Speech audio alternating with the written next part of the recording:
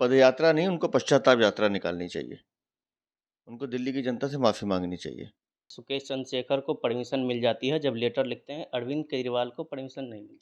उनको ये भी बताना पड़ेगा कि हाँ, मैं थाने में जाके 2 बार अंगूठा लगाता हूँ, कि हाँ जी, मैं हाज़िर हूँ क्योंकि मैं 30 लाख के मुचलके पे छूटा हुआ अपराधी हूँ, ज़मानत पर हूँ। पनोरमा ग्रुप, जो सोचता है वो करता है।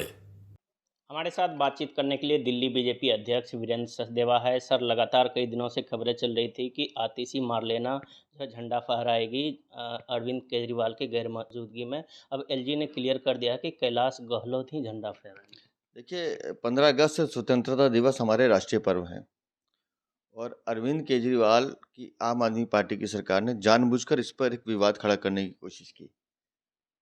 जो प्रोसीजर है कि मुख्यमंत्री को झंडा फहराना चाहिए, लेकिन दिल्ली के मुख्यमंत्री भ्रष्टाचार के आरोप के में जेल में बंद हैं। तो उसके बाद कानून का जो निर्णय है, जो संविधान हमारा कहता है, उसको मानना चाहिए। लेकिन जानबूझकर एक नाम बढ़ाना अरविंद केजरीवाल द्वारा, ये जानते हुए भी कि इसमें निर्णय अब कानून सम्मत होगा, पूरी तरह से इस विवाद को खड़ा करना। ये जो नक्सलवादी विचारधारा है अरविंद केजरीवाल की, 26 जनवरी को प्रदर्शन करते हैं, 15 अगस्त को नाम बढ़ाते हैं। अरे आप जेल में बंद हैं, अच्छा होता आप इस्तीफा देते, आम आदमी पार्टी के 60 विधायक हैं, वो अपना मुख्यमंत्री चुनते और वो झंडा फहरा देता, कोई विवाद ही नहीं होता, कोई विषय ही नहीं आता। लेकिन जानबूझकर एक नाम बढ़ाना। लेकिन अब माननीय एलजी साहब ने इस पूरे विवाद का पटाक्षेप कर दिया है। श्री कैलाश गहलोत जो दिल्ली के गृह मंत्री भी हैं, वो झंडा फहराएंगे। इन्हीं की पार्टी के विधायक हैं, इन्हीं की पार्टी के मंत्री हैं, तो इनको स्वागत करना चाहिए। सर, मनीष सिसोदिया 17 महीने बाद जेल से बाहर आए हैं। वो पूरे दिल्ली में पदयात्रा निकालने वाले हैं। वो पदयात्रा नहीं, उनको पश्चाताप यात्रा निकालनी चाहिए।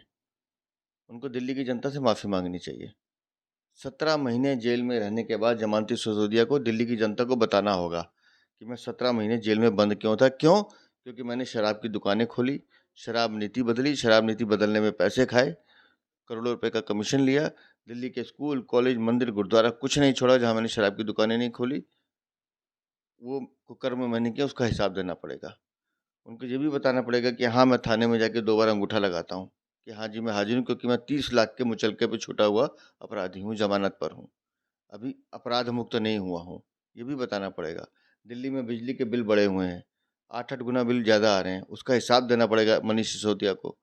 दिल्ली में कितनी लोगों की पीछे मृत्यु हो गई डूबने से, पानी में करंट लगने से, उन हत्याओं की जिम्मेदारी मनीष सिसोदिया को लेनी पड़ेगी। तो इनको तो पश्चाताप करना चाहिए। सर, एक आखिरी सवाल। मनीष सिसोदिया बाहर आके बोलते हैं कि सुकेश चंद्रशेखर को परमिशन मिल जाती है जब लेटर लिखते हैं, अरविंद केजरीवाल को परमिशन नहीं मिलती। देखिए, अब जमानती हैं वो भी, खुद भी जेल में रहकर आए हैं।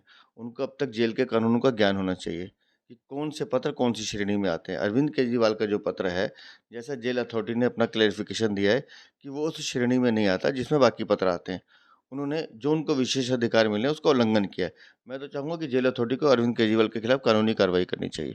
चलिए, ये थे मेरे साथ बातचीत करने के लिए दिल्ली बीजेपी अध्यक्ष वीरेंद्र सचदेवा जी। आप देखते रहे न्यूज़ 8। धन्यवाद।